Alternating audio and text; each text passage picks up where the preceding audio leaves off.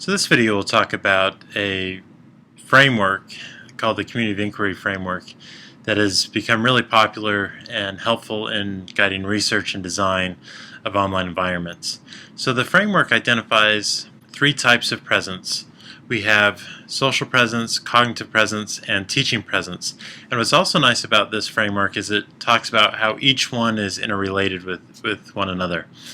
The full reference to the article is here, and they also have a really helpful website. If you just Google Community of Inquiry, it should be the first hit. We're going to talk about each one of these individually.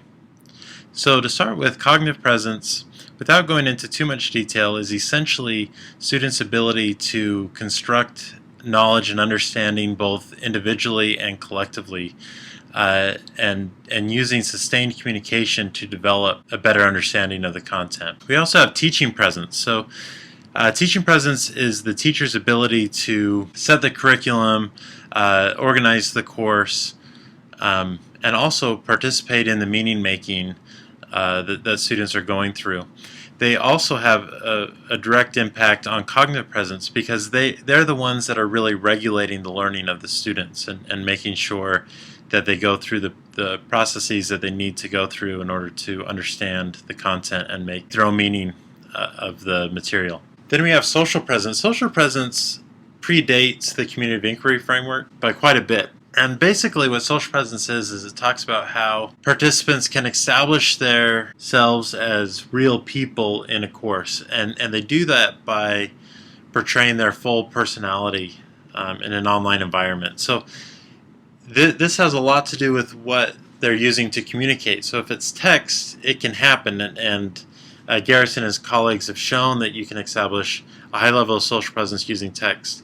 But it can also be it can be easier to do that using video or audio or things like that. But it's important as well to show the relationship between teaching presence and social presence. So typically in this framework, social presence is referred to as something that the students do or that the students have. However, with teaching presence, it's the teacher that sets the climate that really allows students to feel safe and to communicate naturally and really have the opportunities to express their personality in a learning environment.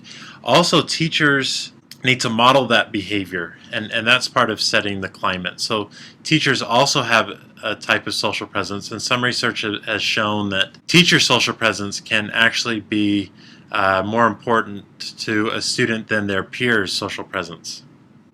So social presence is also really important because if you're expecting them to communicate about course-related topics, they need to feel comfortable with one another. And so Garrison and this framework basically says that a certain level of social presence can be a prerequisite for cognitive presence or for a high level of learning to occur.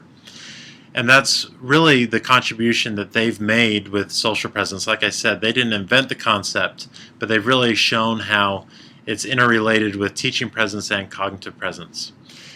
And basically, they also say that when all three of these presences are together, that's when students are going to have the best educational experience, and that all three are necessary. So a lot of times in an online environment, we ignore the social presence and focus on the content and content interactions and things like that. But we really also have to remember that learning is a human process, and it's a social process.